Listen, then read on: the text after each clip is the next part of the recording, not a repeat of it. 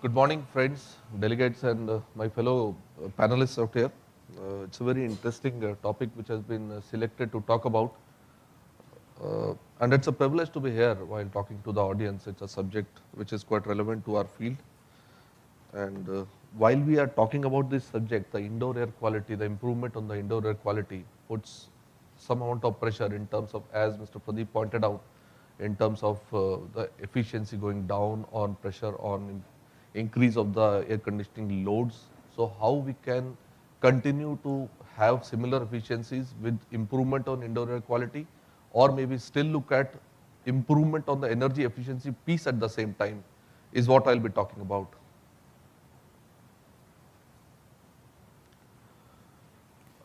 To begin with, the increasing energy demands coupled up with the tariff part on the energy piece puts puts a pressure on the system in terms of finding alternative measures or to meet the demands. What are the ways? So we looked into some data which was available in terms of global energy consumptions. If you look into the global energy consumptions, the major and the significant piece which is being consumed is by the buildings, followed by the industries and the transportation piece. Now within the buildings, we can look at the commercial buildings, we can maybe talk about the hotel piece, but overall if you see, both these kind of applications will consume 40% of the energy consumption of these buildings are coming from the HVAC piece, which is the air conditioning piece, which is quite significant as compared to the other areas. I'm not saying the other areas is not significant, but as a responsible manufacturer, it's important for us to see how can we contribute towards this cause. So within the buildings, as HVAC is 40%, and within the air conditioning loads, if we drill down further, 70% is contributed by the chillers, which happens to be our core competency by way of a responsible manufacturer. So we have to focus on these equipments, how we can contribute towards the cause, as I said earlier. Now, what are the global market trends? What's happening in the market today? As I said, the energy cost, the cost is going up. So today, the customer, the end user, does not look at only the first cost. He is bound, or he is selectively choosing the path wherein he looks at the life cycle cost. He does the life cycle analysis, the cost of ownership.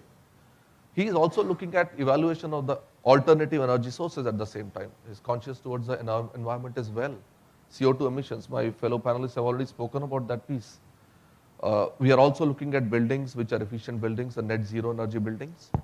Regulations are being put in place globally as well as India. I mean, I'm proud to say that India is also looking at some of the standards being set up in this line.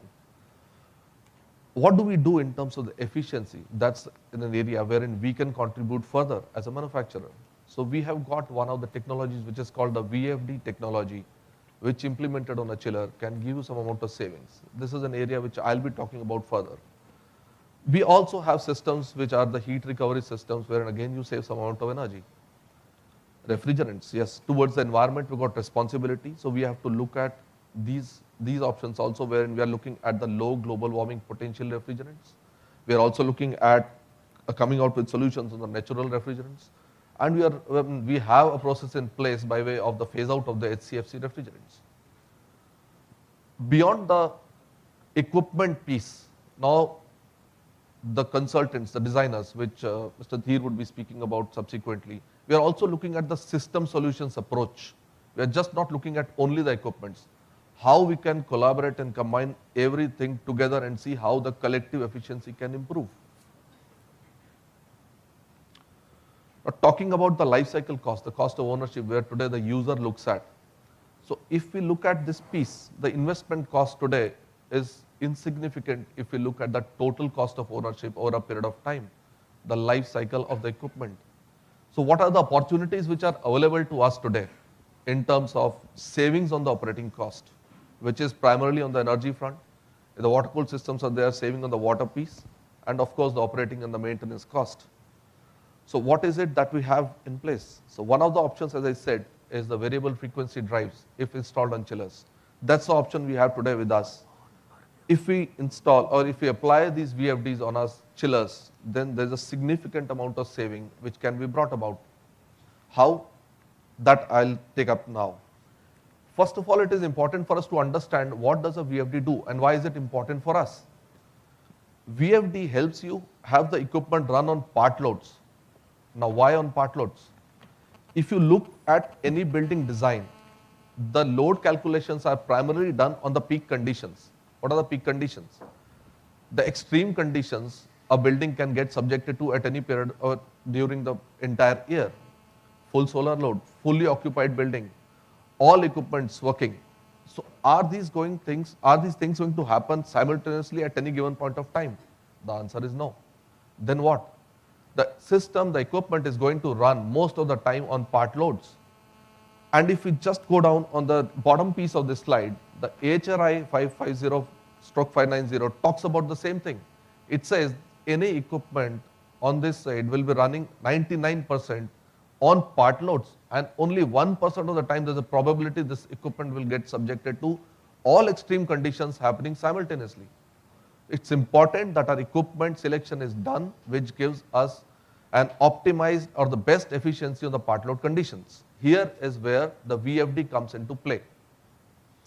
Now we did some case studies. First of all, I'll talk about a case study which we did with a centrifugal chiller being selected on one of the projects, which is in the Delhi NCR region. There was a tender which spoke about or required 600 tons into 4 centrifugal chillers for an application which was a commercial space, or you can call it to be an office space. Now here, this is the diversified load which you are talking about in terms of 2,400 tons.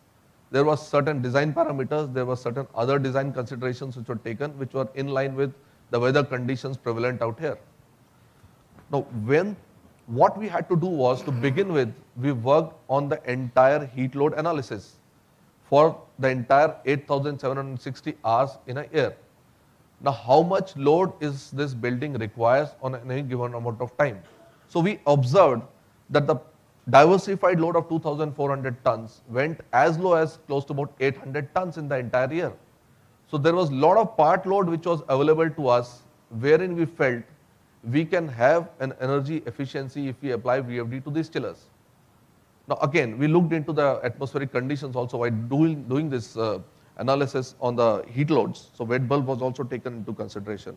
So overall what we came out with, there was a clear variation on load, whether we look into various hours in a day or we look into various months in a year. So there was a clear variation in load all across. So there was an opportunity available. So what does we do with that opportunity? Now we went back and worked on this analysis, whether we put a VFD on one of those centrifugal chillers, how does it benefit the customer? When we put VFDs on 2 of these chillers, how does it benefit the customer? And so on and so forth.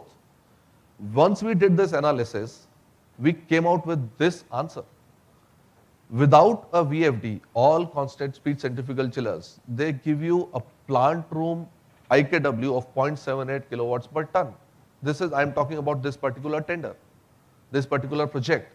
However, if you put VFDs on all the 4 centrifugal chillers, the energy efficiency was improved by close to about 10%, which is significant. I am not talking about the cases which is in between, because the payback period was quite attractive by putting all the 4 VFDs on all the 4 chillers. It was close to about a year, which is significant, which can attract anybody looking into this kind of an investment. And the savings in absolute terms came very close to about 40 lakhs per annum. So this prompted us to propose a solution to the customer that this is an option available to you should you look into the payback analysis and the operating cost for the entire ownership period.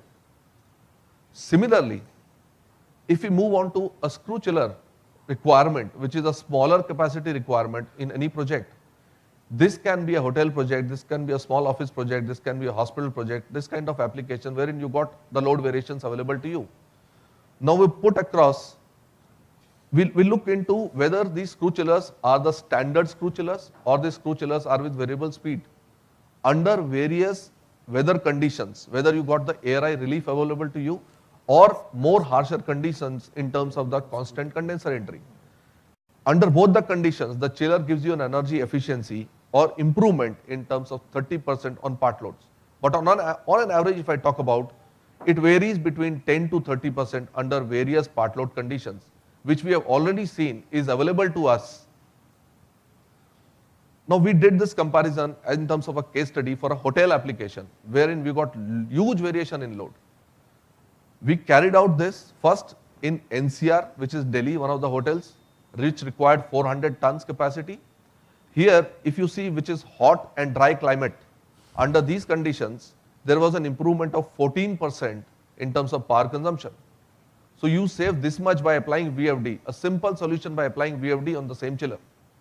If you go towards a little harsher weather conditions, which is Mumbai, which is more of humid and hot climate, still you were able to save 12% with the use of VFD. So that's the benefit you get by implementing VFD on a chiller solution. And the payback period was also quite attractive, which was close to about 2 years. So these are the impact, this is the impact what you get by applying VFD on a screw chiller or a centrifugal chiller across various applications. This is my last slide, wherein I just talk about there are some more energy efficient solutions available. If you look onto the left hand side, normally in a hotel or a hospital application, we see that the user is still using the boiler for the hot water requirements. While we have solutions on the chillers available with us, which gives you hot water close to about 60 degrees C. And this, the amount of saving what you get with this is enormous, cannot be spoken. So this is a solution which we as a responsible manufacturer always recommend to the customer. The choice lies with the customer. If by any means the customer does not have water, which is quite prevalent in a country like India, the customer should still not get discouraged, because we have solutions to reduce power consumption on the air-cooled chillers also. This is available, prevalent. I am not talking about what we are doing. I am talking about the industry piece. I am not talking about our organization. This is what is happening in the industry today. So on the air-cooled chiller also, you have got a certain solution which is called cell deck pads, by way of which you are reducing the air entering temperature into the condenser and thereby increasing and improving the efficiency of the air-cooled system as well. So collectively what I am talking, whatever solutions you adopt, basis your application, you still have solutions to improve on the energy efficiency piece. That's all I wanted to say, and thanks a lot.